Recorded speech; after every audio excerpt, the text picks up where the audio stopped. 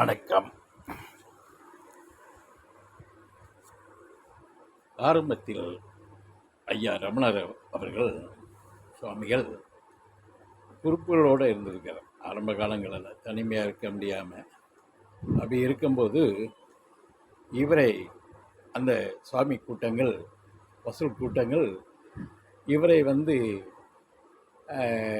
நல்லா காலையிலேயே எழுப்பி உட்கார வச்சு ஒரு குறிச்சியில் இப்படி உட்காருங்கள் அப்படி உட்காருங்கள் அப்படின்னு உட்கார வச்சு இவரை வைத்து வசூல் செய்து கொண்டு இருந்திருக்கார்கள், வரிசைப்படுத்தி.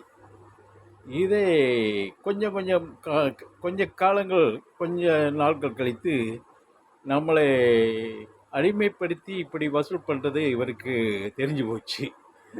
தெரியப்போ அந்த இடத்தை விட்டே காலி பண்ணிட்டு ஓடியாந்தாரான்.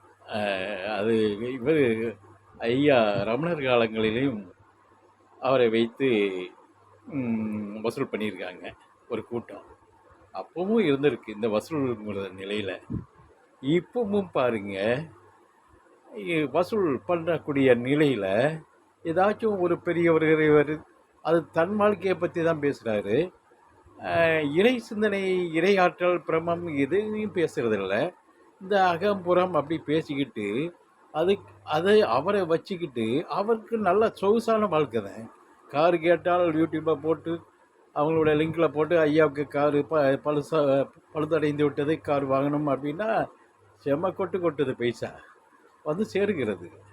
அது ஒரு நிலைதான்.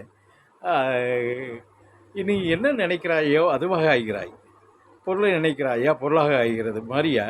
பொருள் தேவை அந்த எண்ணங்களோடு இருக்கும்போது எண்ணத்தினுடைய நிலை ஏற்படுத்த செய்யும். அதுதான் அவங்க ஞானத்தை நோக்கி இல்லை, அது சொகுசத்தை நோக்கி இருக்கும்போது சொகுசான வாழ்க்கை அமையுது. அப்படி நிலையிலையும் இப்போ உள்ள அந்த பொய்யான தன்னடக்க ஞானிகள்னு சொல்லக்கூடிய நிலையும் இப்போ நிறைய இடத்துல நடந்துக்கிட்டு தான் இருக்குது. இதை உருவாக்குவது நம்ம தான். இறை ஆற்றல் என்றால் என்ன? தன்னை உணர்ந்து பிரம்மத்தோடு ஐக்கியப்படும் போது யாரும் தேவையும் வேண்டியதில்லை, இறையே நம்ம தான். அப்படிங்கும்போது அந்த எண்ணத்தை நாம் இறைய சிந்தனையை உண்டாக்கும் போது யார்கிட்டையும் போய் கொத்தடிமையாக ஒரு பைசாவை கொட்டி மனதையும் கொட்டி அடிமையாக இருக்க வேண்டிய நிலை இறைக்கு இல்லை, இறை தேடலுக்கு இல்லை. இது நம்மளுடைய அறியாமை.